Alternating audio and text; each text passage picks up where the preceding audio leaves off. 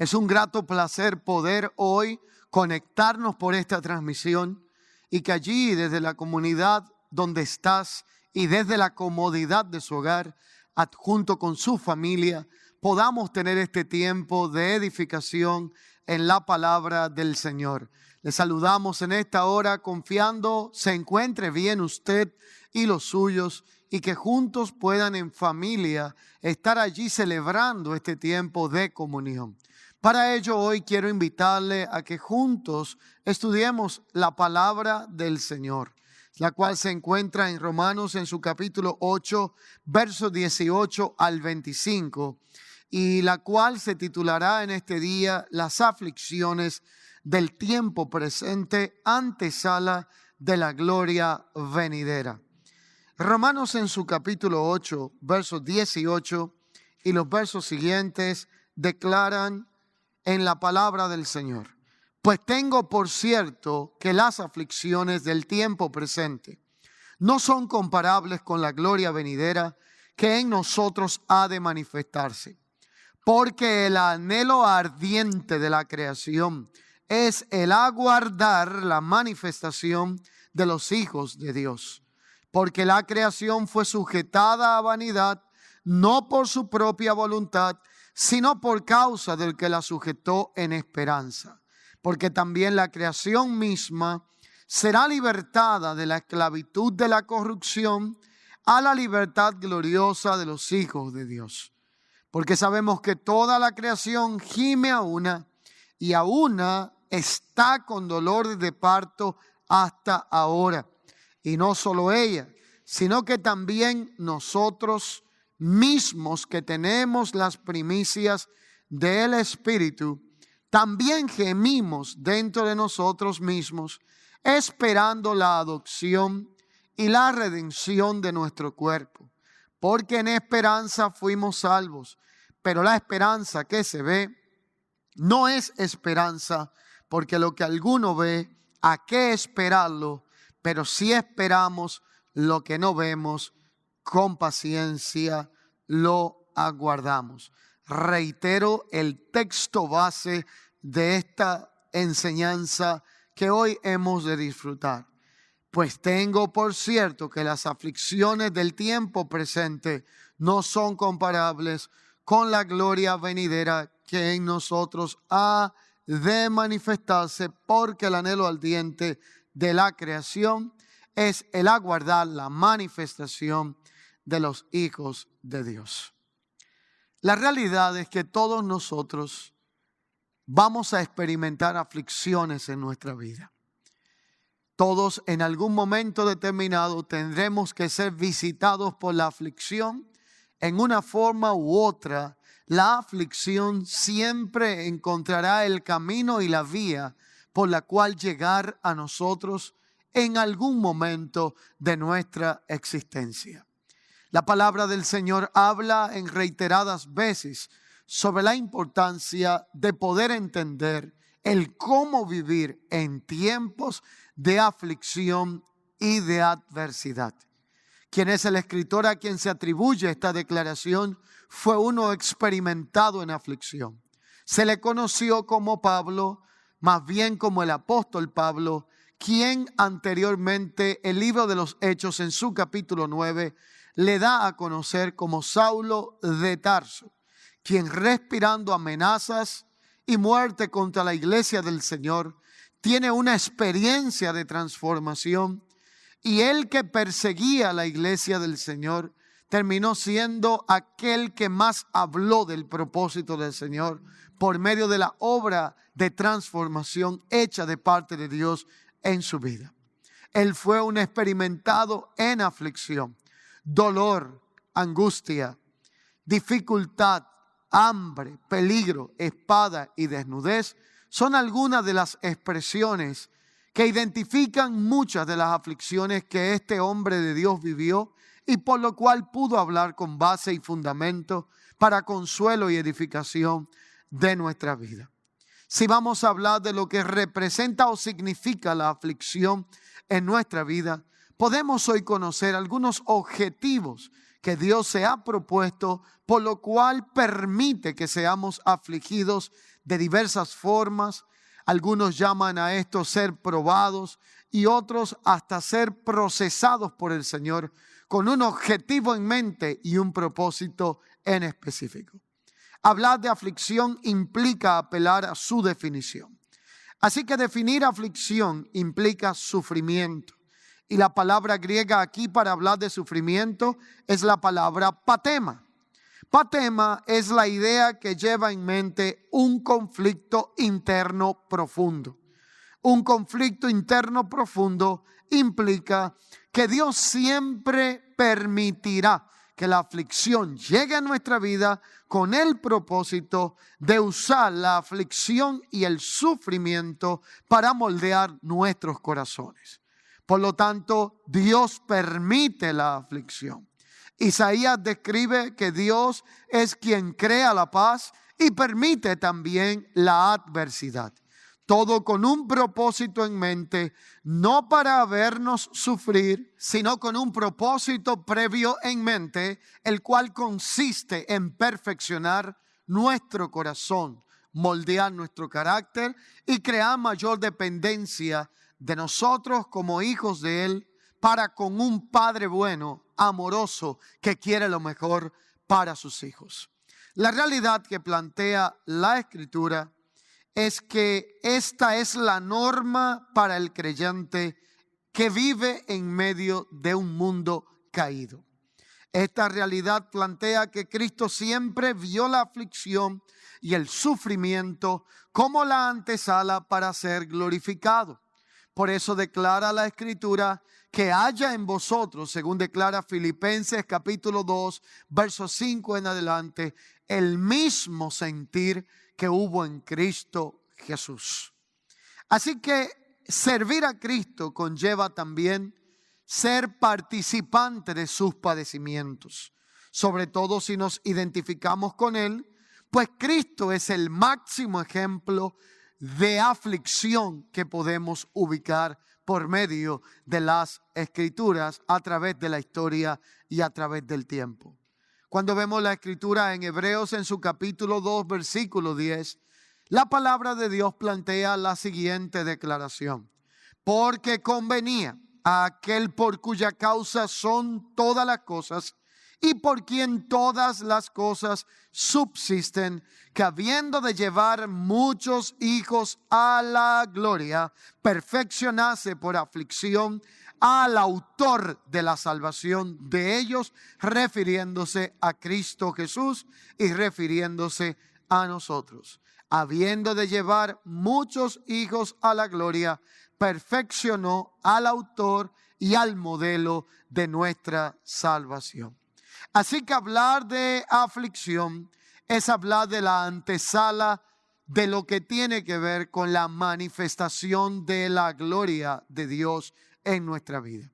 Y aquí no estamos hablando de una gloria que es el resultado del mérito, el esfuerzo o el sufrimiento humano, sino de un proceso que es antesala y que es previo a la expresión de la gloria de Dios en nuestra vida, no por causa de que Dios necesite que nosotros pasemos por alguna etapa de sufrimiento para poder manifestar su gloria, sino por causa de que nosotros necesitamos ser formados y perfeccionados para poder ser recipientes que administren de la forma correcta y que podamos valorar la gloria que Dios ha depositado y quiere seguir manifestando por medio de nuestras vidas. Así que Dios siempre usará la aflicción y el sufrimiento para moldear nuestros corazones. Servir a Cristo conllevará ser participantes de sus padecimientos, sobre todo si nosotros nos identificamos con Él. Cristo, como el máximo ejemplo de aflicción, es identificado como el modelo al cual mirar, con el cual debemos de identificarnos y el cual debe de servir como un referente de fortaleza para nuestras vidas. La realidad que plantea la Escritura es que existen tres intervenciones importantes de la aflicción en el transcurso de la historia. En primer lugar, Dios Padre declaró lo que según su anticipado consejo, convenio y lo que Él había determinado sucedió.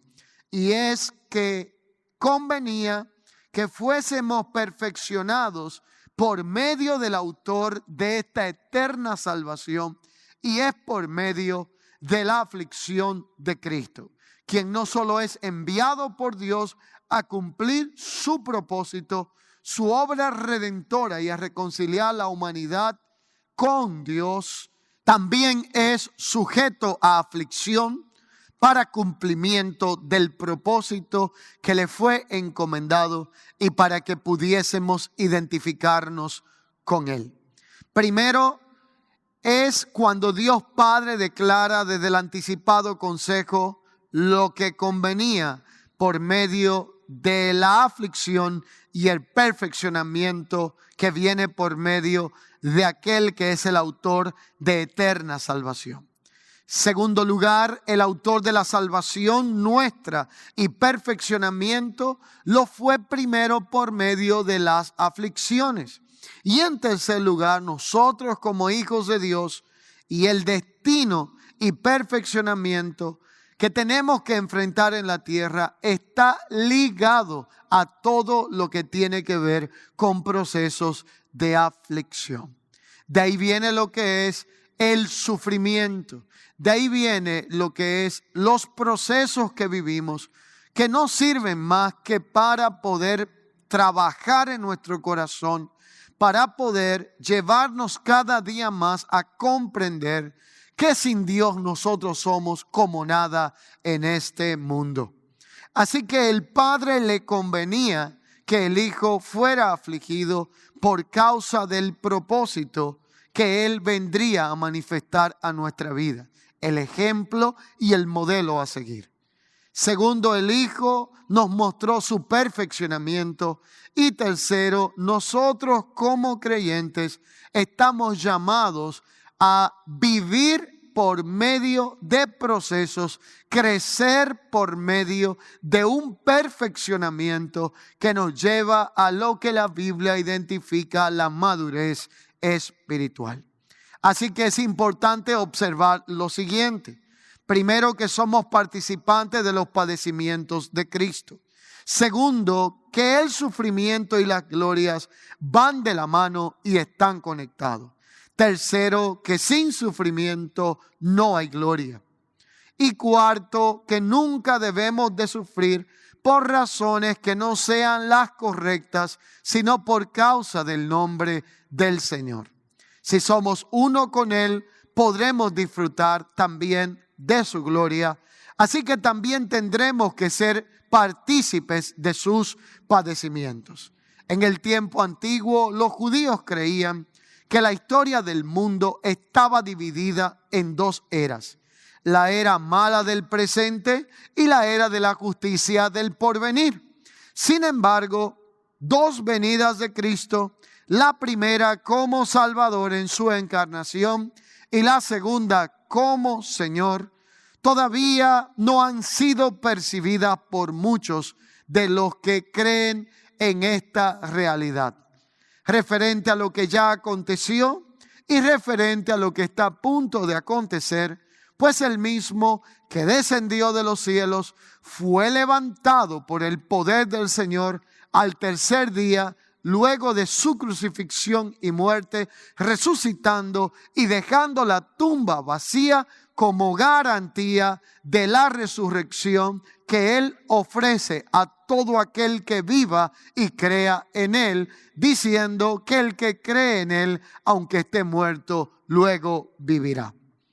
La realidad es que, al igual que ellos, hoy en día muchos viven en una similar condición en cuanto a la manifestación del reino de Dios en su vida. Así que la realidad es que Pablo plantea respuestas a este y otros tipos de pensamiento. Y esa respuesta tiene que ver con todo lo que es la realidad del tiempo presente versus toda la gloria que en nosotros ha de manifestarse. El vocablo aquí a usar aparece 4 veces en esta poderosa declaración. La primera, que esta creación tiene un anhelo ardiente. Esta creación se conoce por aquella que está emitiendo un gemir cósmico.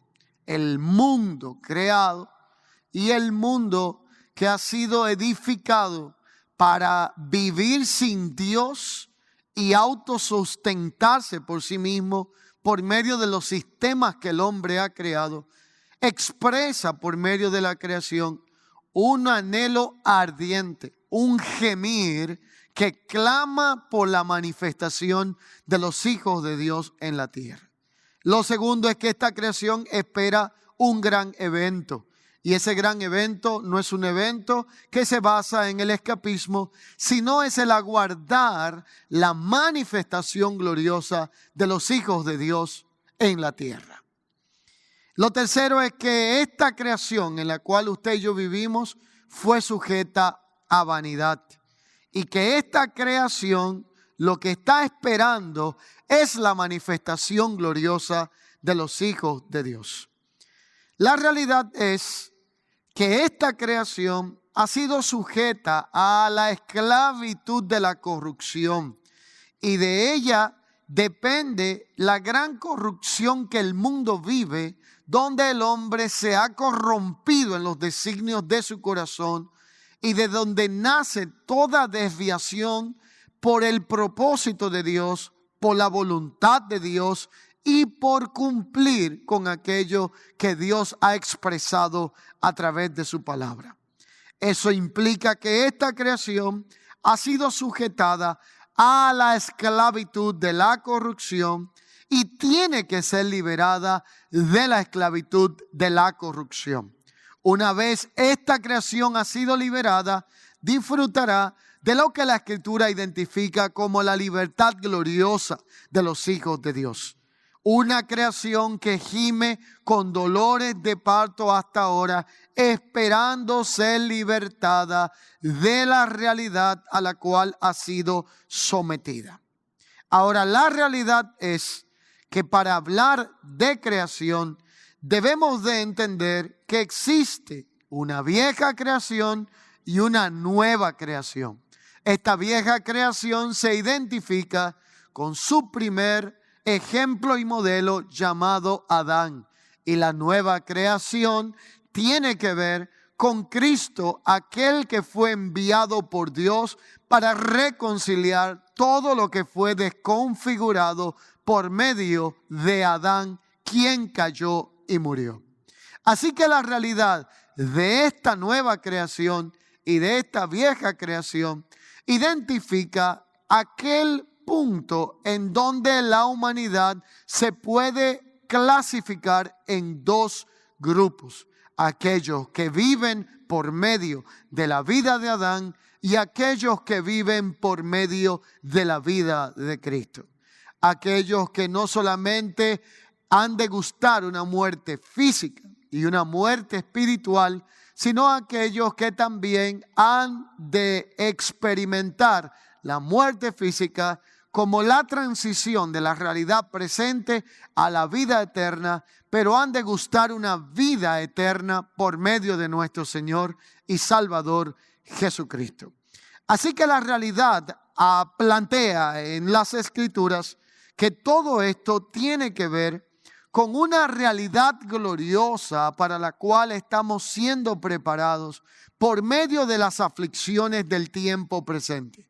Es por eso que la gloria venidera que en nosotros ha de manifestarse no se compara con nada de lo que hoy podamos estar viviendo en esta temporada de aflicción. Para nadie es un secreto que vivimos días difíciles en la tierra.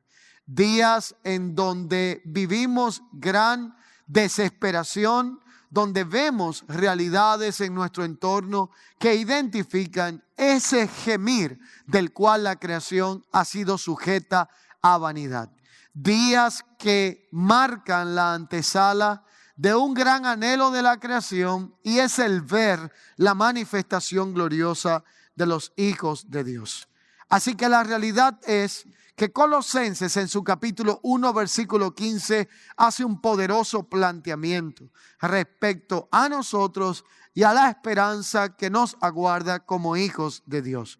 Hablando en Colosenses capítulo 1, versículo 15, describe lo que tiene que ver con esta nueva creación, que tiene que ser conformada a la imagen de Dios, a la que fue creada en el principio y de la cual se desconectó. Por eso Colosenses capítulo 1, verso 15 dice: Él es la imagen del Dios invisible. Él es el primogénito de toda la creación, porque en Él fueron creadas todas las cosas, las que están en los cielos, así como las que están en la tierra, sean visibles e invisibles, sean tronos, sean imperios. Todo fue creado por Él y por medio de Él. Por lo tanto, esta creación de la cual está hablando obedece a aquella que se sustenta por aquellas cosas que son invisibles, ya que todas las cosas materiales y visibles conocidas provienen primero de lo que no se veía. Así que se hace necesario identificar cuál es el anhelo ardiente de la creación, cuál es la causa de esta antesala de procesos y de aflicciones que vivimos en la tierra. De allí viene todo también lo que se llama la creación inherente. Es todo aquello que no puede expresar la vida de Dios y que fue creado, pero que anhela el ver la manifestación de aquellos que hemos sido creados a imagen y semejanza de Dios. ¿Cómo vamos a vivir en el tiempo presente cargado de aflicción con un enfoque y una expectativa en la gloria presente y en la gloria venidera que en nosotros ha de manifestarse? Aquí entonces entra en función el enfoque en aquello que es eterno y la migración del enfoque excesivo en aquellas cosas que son temporales. Para nadie es un secreto que el hombre depende en gran manera de los asuntos temporales de la vida. Para nadie es un secreto que los asuntos eternos en muchos seres humanos pasan a cobrar un plano de menor importancia, pues ponemos más énfasis en aquellas cosas temporales y pasajeras de la vida que se desvanecen que en aquellas que en realidad permanecen. Por eso esta creación espera la manifestación de los hijos de Dios. Por eso, sin duda alguna, creemos que el tiempo presente pone una demanda en nuestra fe. Es un proceso de gran aflicción que traerá definición correcta a nuestro corazón de cuál debe de ser el enfoque y la prioridad en la vida de todo aquel que ha creído en el Señor. Es ver lo eterno por encima de lo temporal. Es entender que en el tiempo presente vivimos por fe y no por vista, y al manifestarse esta realidad debemos de vivir como lo que somos, como hijos de Dios, para poder entonces expresar la naturaleza que se nos ha confiado en Cristo Jesús. La Biblia habla de que para vivir en tiempos difíciles y en tiempos malos hay que vivir como sabios y no como necios. De esta forma vamos a obtener los resultados correctos en el tiempo de adversidad cuando podamos vivir con sabiduría el tiempo presente que nos ha tocado vivir. Hay un salmo muy conocido que se atribuye a Moisés. Es el Salmo capítulo 90, versículo 11 en adelante. La Escritura cita a Moisés allí al hablar de tal forma que dice lo siguiente: enséñanos a vivir de tal forma nuestros días que podamos traer al corazón sabiduría. Así que la realidad es que nadie debe de buscar la aflicción como algo en lo cual deleitarse y entendiendo que es un medio de trato y transformación de parte de Dios a nuestra vida. La aflicción debe de llegar por sí sola en el momento que Dios sabe que estamos siendo entrenados para poder ser preparados, perfeccionados y de esta forma seguir creciendo y madurando en el propósito de Dios para manifestar por medio de nuestra vida. De lo contrario, buscar la aflicción, producir la aflicción como un medio de transformación o purificación, como muchos llaman en nuestra vida, no sería más que un masoquismo espiritual. La realidad es que usted no tiene que buscar ser afligido, no debe de buscar ser afligido, porque la aflicción no necesita invitación. Ella sabe llegar por sí sola. Los tiempos difíciles y de adversidad no tocan el timbre, no envían un correo y no llaman a la puerta. Ellos saben aparecerse en el momento donde usted y yo menos lo estamos esperando.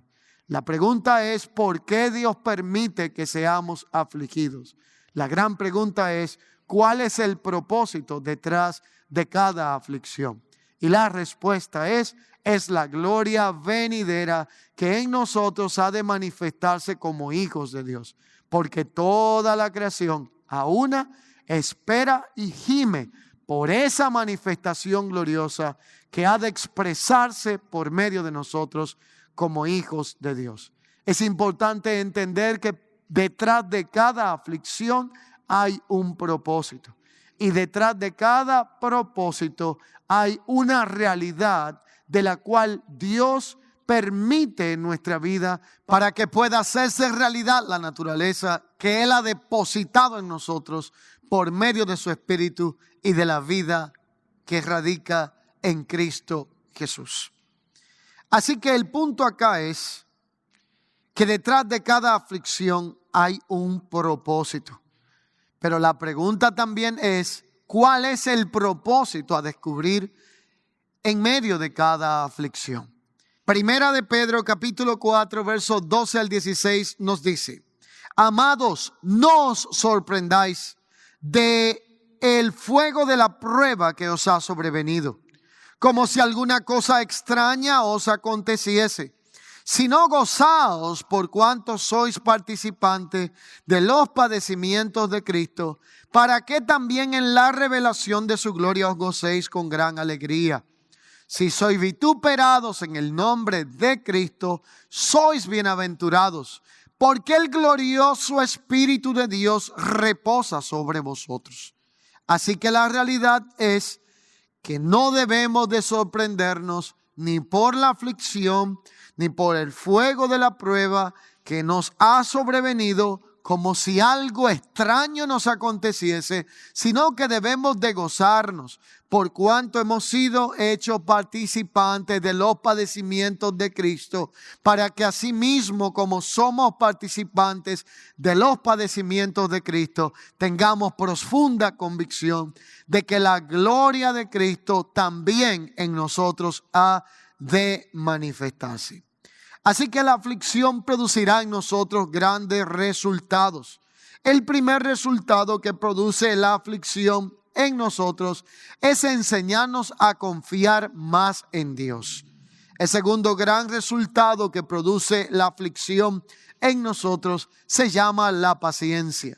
Por eso la Escritura habla en Santiago 1:2 que debemos de tener sumo gozo cuando nos hallemos en medio de diversas pruebas y aflicciones, sabiendo que la prueba produce en nosotros, la prueba de vuestra fe, paciencia, mas la paciencia debe de tener su obra completa para que seamos perfectos y cabales sin que os falte cosa alguna. Lo tercero que produce la aflicción en nuestra vida es disciplina. Por cuanto Dios nos ama, nos disciplina, nos corrige. Y Hebreos 12:7 dice que si soportamos la disciplina es porque Dios nos está tratando como a hijos, porque ¿a qué hijo es aquel que el Padre no disciplina?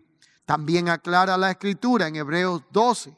En otros versos del mismo, que es verdad que ninguna disciplina en el momento presente parece ser causa de gozo o producir gozo, sino tristeza. Pero después de un tiempo produce un fruto apacible de justicia en los que en ella han sido ejercitados. Y por último, la aflicción nos reenfoca y nos trae de vuelta al corazón de Dios. Y el ejemplo lo podemos ver en las Escrituras a través de pasajes que plantean esta realidad de creyentes que fueron afligidos en lo largo de la historia. Al pasar el tiempo y luego de la aflicción, pudieron tener una experiencia de transformación, de arrepentimiento y de reenfoque en la presencia del Señor.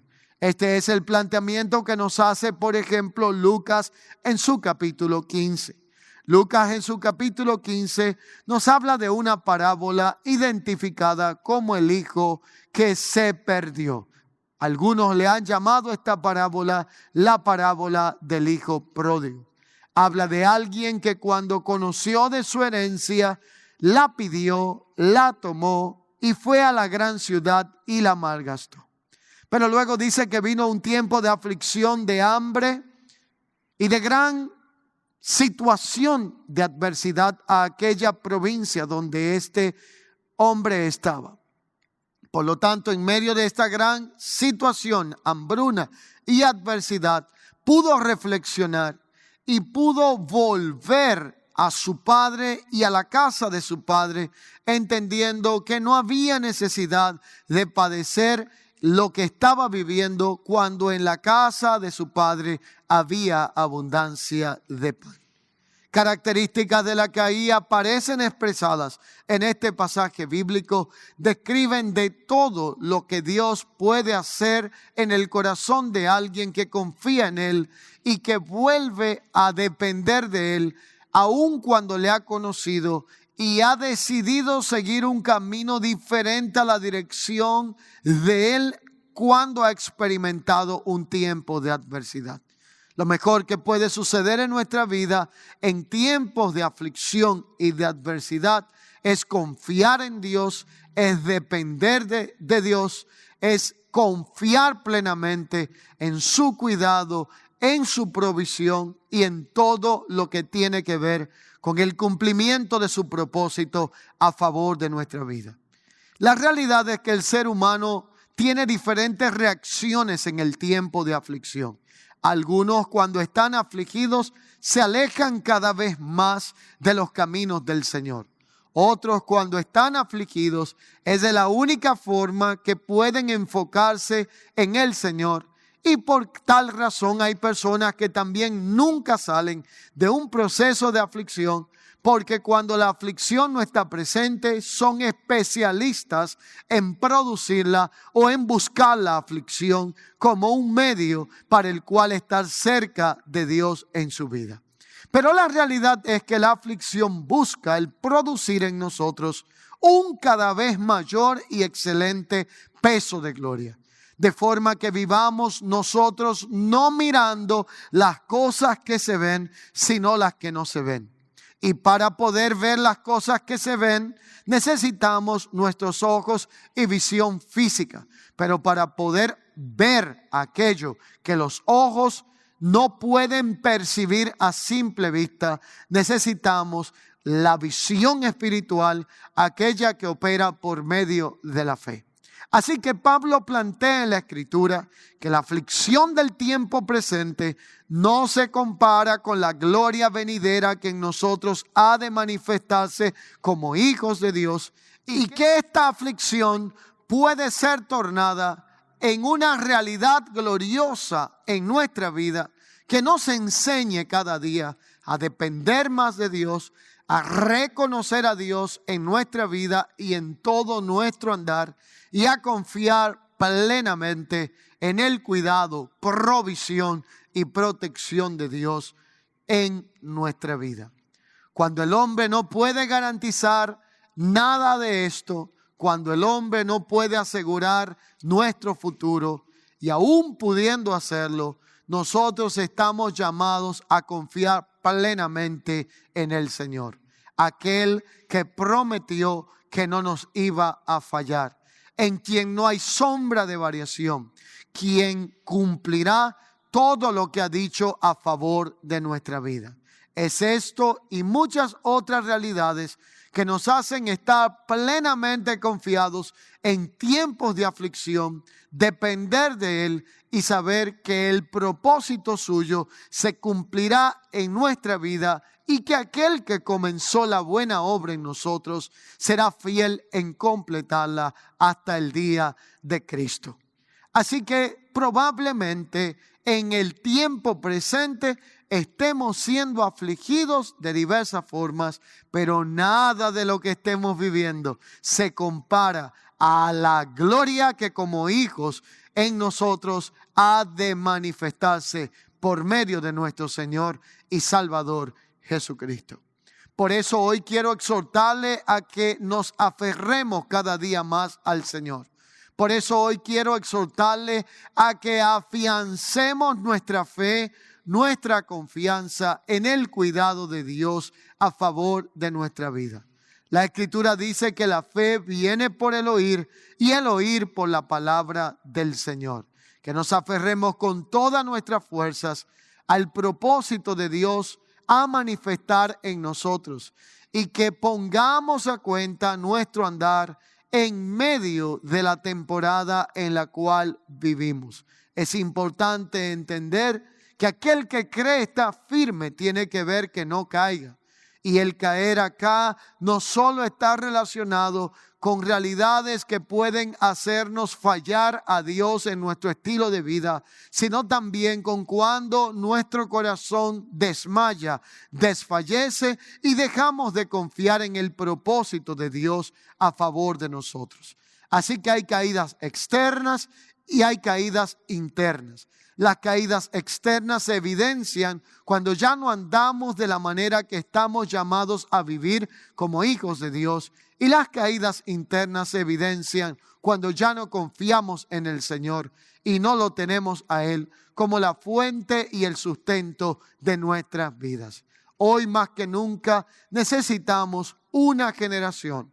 Hoy más que nunca necesitamos una iglesia que decida vivir confiada en el Señor, que decida vivir por causa de lo que Dios ha dicho por medio de su palabra. Nuestra fe está siendo probada. Nuestra fe debe de ser hallada en gloria, honra y alabanza hasta el día de nuestro Señor y Salvador Jesucristo. Es nuestra esperanza que todo lo que podamos vivir en el presente es comparado con nada en relación con todo aquello que en nosotros ha de manifestarse.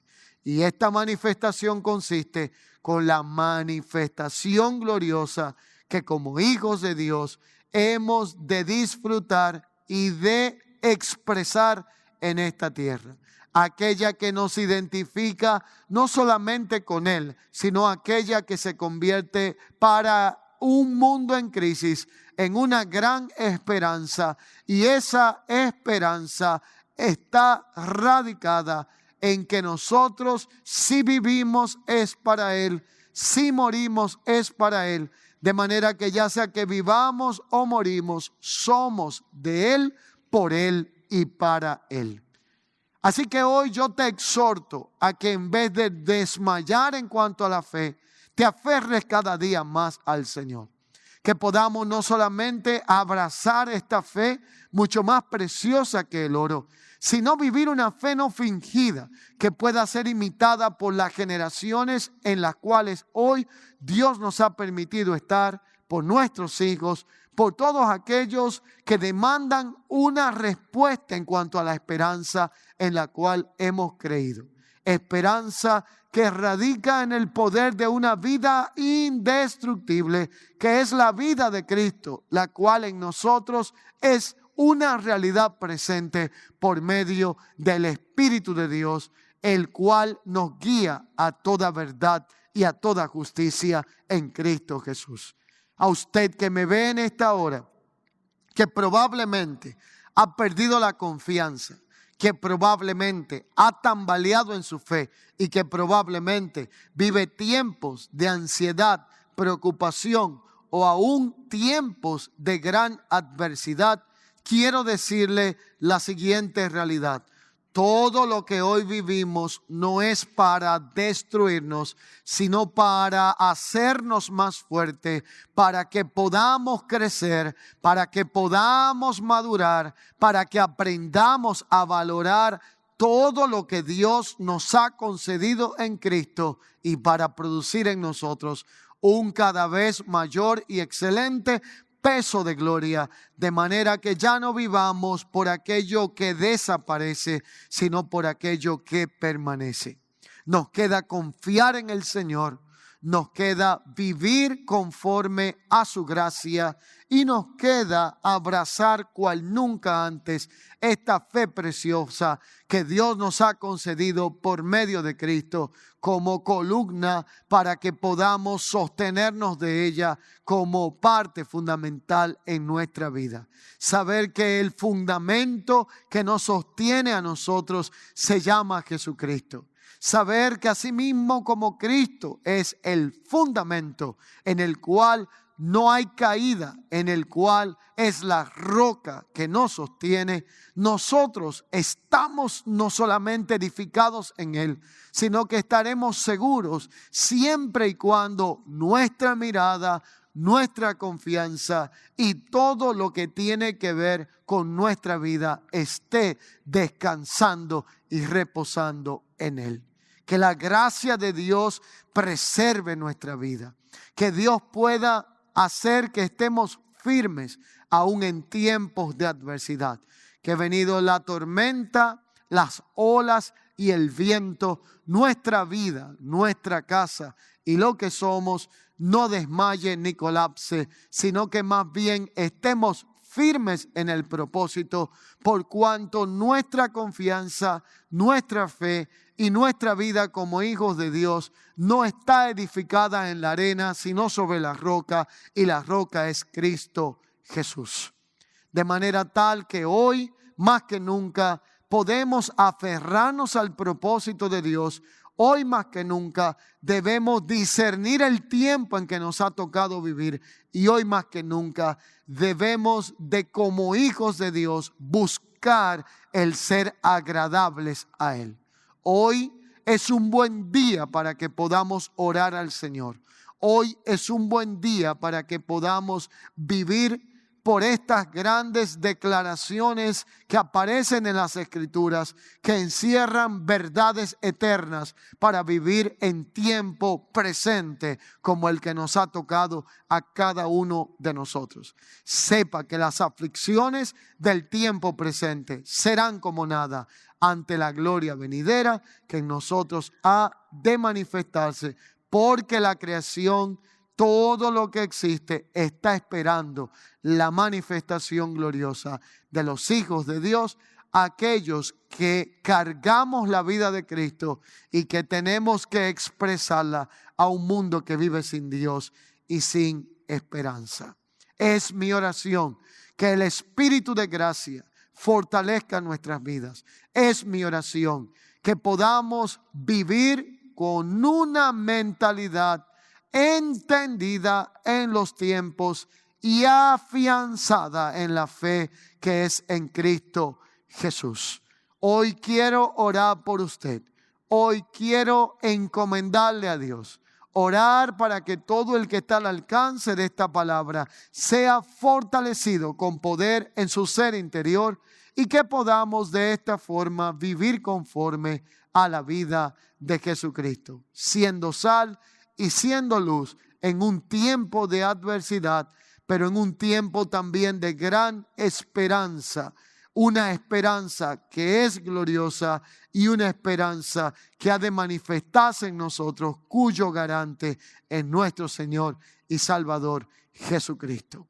Hoy quiero orar por su vida y quiero pedir al Señor, conforme a esta palabra, que fortalezca a cada uno de los que están al alcance de la misma. Para ello le invito que donde estás, incline su rostro y me permita orar por usted. Señor Jesús, En este día quiero orar por todas aquellas personas que hoy se encuentran al alcance de esta palabra. Señor, hoy quiero pedir por cada uno de mis hermanos para que seamos transformados, seamos perfeccionados y afirmados en el propósito de Dios que es en Cristo Jesús. Oro por aquellas personas que en el tiempo presente están siendo afligidos y probados en cuanto a su fe. Oro para que ellos puedan ser gratos a ti y para que podamos juntos pasar estos procesos de tribulación y adversidad y ser afinados como se afina el oro, como se afina la plata, pero que nuestra fe sea hallada en gloria y alabanza y traiga honra al nombre de nuestro Señor y Salvador Jesucristo.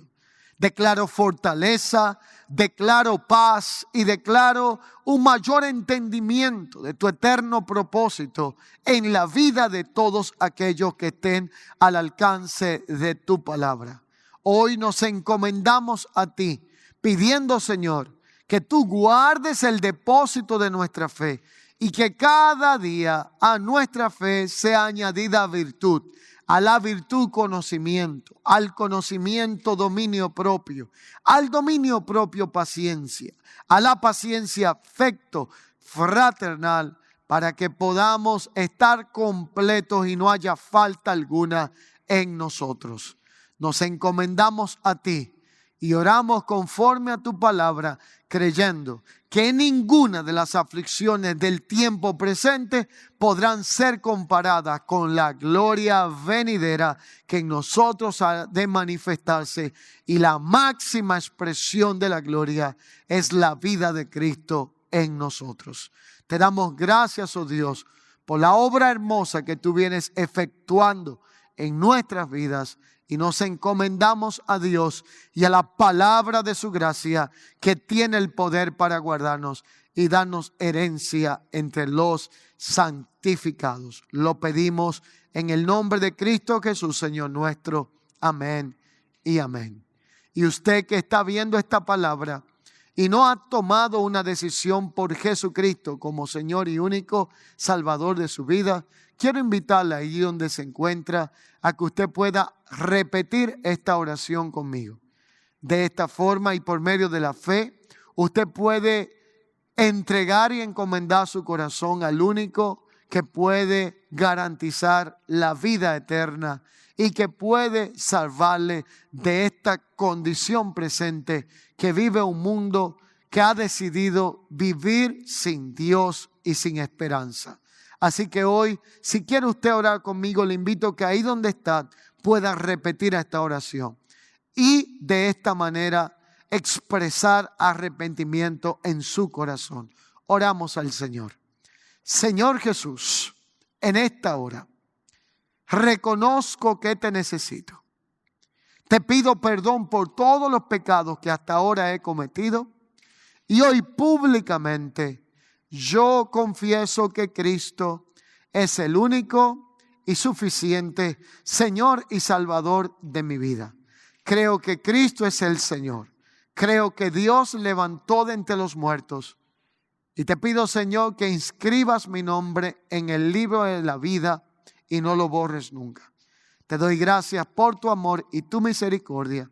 Y todo esto lo pido en el nombre de Jesús, Señor nuestro. Amén y amén. Si usted ha hecho esta oración conmigo, le felicito. Agradecemos al Señor por la oportunidad que nos otorga de permitirnos llegar a sus hogares y que esta palabra de Dios pueda ser de edificación, de fortaleza y de crecimiento a su vida. Nos mantenemos conectados por esta vía y será hasta una próxima entrega de esta transmisión en línea desde esta Congregación Cristiana Central en Santiago, República Dominicana. Paz y gracia sean en Cristo Jesús. Amén.